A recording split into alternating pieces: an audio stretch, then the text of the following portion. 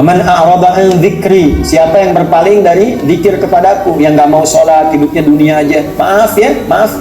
Cuman kerja, kumpulin harta, hitung-hitung, rekreasi, kemudian tiap pekan cuma jalan-jalan, nggak peduli dengan sholat, nggak pernah baca Quran. Nah itu di akhirat pun diabaikan oleh Allah seperti dia mengabaikan Allah dengan sia-sia, nggak dianggap. Ya, bahkan nanti dibutakan matanya. Dan dia berkata, lima hasyartani a'ma, ya Allah kenapa saya dibangkitkan dalam keadaan buta? Wa qad kuntu basira, padahal dulu saya itu bisa melihat. Karena kamu dulu buta dengan akhirat, sekarang hukum akhirat, maka buta matamu dalam kondisi sekarang. Engkau itu melihat dunia, gak pernah ingat akhirat. Engkau buta dengan akhirat, silau dengan dunia. Sekarang di akhirat jadi buta engkau, karena butamu dengan urusan akhirat. Gak lihat. Karena di dunia gak pernah pengen lihat akhirat. Diberikan pelajaran oleh Allah karena gak sopan, gak pengen lihat sama sekali. A'rada anhu. Ya, dia abaikan akhirat, gak peduli dengan itu. Ya gak ngaji juga bisa kaya kok, nggak sholat juga bisa pinter. Nah kalimat itu memberikan kesan bahwa dia buta dengan akhirat, udah silau dengan dunia. Maka ketika ke akhirat berlaku hukum akhirat, karena dia menganggap buta dengan urusan akhirat, dibutakan matanya saat akhirat. Jangan terlalu banyak terikat dengan dunia. Dunia itu kecil, demi Allah kecil. Yang membuat besar itu karena nafsu nggak dikendalikan.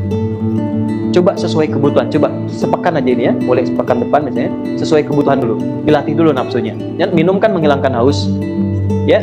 Jangan mencari yang tidak ada, yang ada, yang baik itu yang dikonsumsi. Kalau di rumah adanya air putih, minum. Dicoba begitu dulu. Ada susu, minum. Ya ada teh, minum. Jangan cari kopi. Ada kopi, minum. Bahagia insya Allah. Bahagia itu tidak dicari, bahagia itu dinikmati. Ya, bahagia itu tidak dicari, bahagia itu dinikmati. Ada teh, nikmati teh, jangan cari kopi. Ya, punya istri, berbahagia dengan istri Anda, jangan cari istri orang. Begitu sebaliknya. Ibu berbahagia dengan suami ibu, jangan lihat ukuran pada ustadz siapapun dia. Kenapa suami saya nggak seperti ustadz ya? Setan itu nipu itu, hati-hati itu, setan itu nipu itu.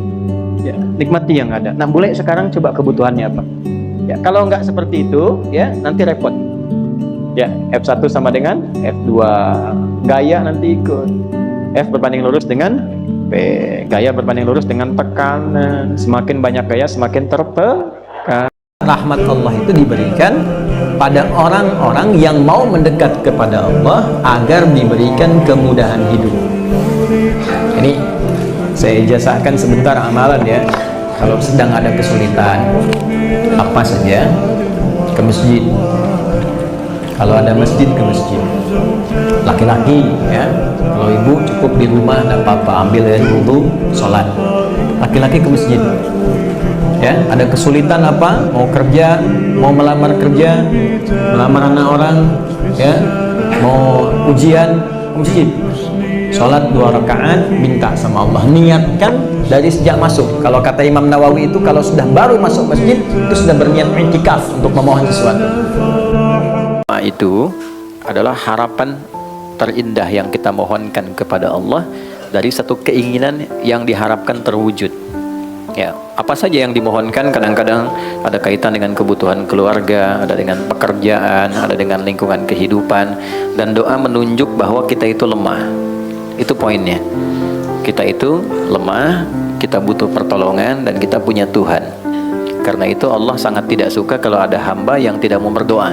Innalladzina yastakbiruna an ibadati, sungguh orang yang menyimpulkan bahwa dia itu cukup hebat sehingga tidak mau berdoa, maka nanti diberikan oleh Allah satu tantangan untuk selamat dari neraka jahanam saat kembali ke akhirat kelak. Kalau memang kamu hebat, gak butuh doa, ya kamu silahkan lepaskan diri dari ancaman neraka jahanam itu. Nah, dengan berdoa menunjukkan kita lemah. Dengan berdoa menunjukkan kita tidak bisa menguasai segalanya. Jadi kalaupun menata pekerjaan, tidak harus menguasai semuanya. Karena tidak mungkin kita bisa melakukan segala hal harus kita kuasai. Apa yang kita bisa optimalkan, jadikan itu sebagai titik fokusnya, yang lainnya melengkapi satu dengan yang lainnya. Orang baik ditampakkan oleh Allah Subhanahu wa Ta'ala, menyiapkan dirinya, mengisi hari-hari di dunianya dengan menyadari tugas kehidupannya, amanah yang dititipkan kepadanya untuk mencari bekal pulang menghadap Allah. Maka siapa kita yang sampai saat ini kadang masih berlomba mencari popularitas, berlomba mencari kedudukan, berlomba memperbanyak harta, tanpa kita sadar untuk menjadikan perlombaan itu guna meningkatkan ibadah kepada Allah Subhanahu wa Ta'ala. Siapakah di antara kita yang berlomba mendapatkan kedudukan untuk menjadikan kedudukan itu sebagai perantara membangun kemaslahatan, melayani banyak orang dalam rangka ibadah kepada Allah Subhanahu wa Ta'ala? Siapakah di antara kita yang berlomba mengumpulkan harta untuk bisa berzakat, berinfak, berderma dalam rangka ibadah kepada Allah Subhanahu wa Ta'ala? Siapakah di antara kita yang mengumpulkan pengetahuan untuk mengajarkannya kembali sehingga bermanfaat dan mendapatkan ridha Allah Subhanahu wa Ta'ala? Sungguh pelajaran besar dari seorang sosok Ismail Haniyeh.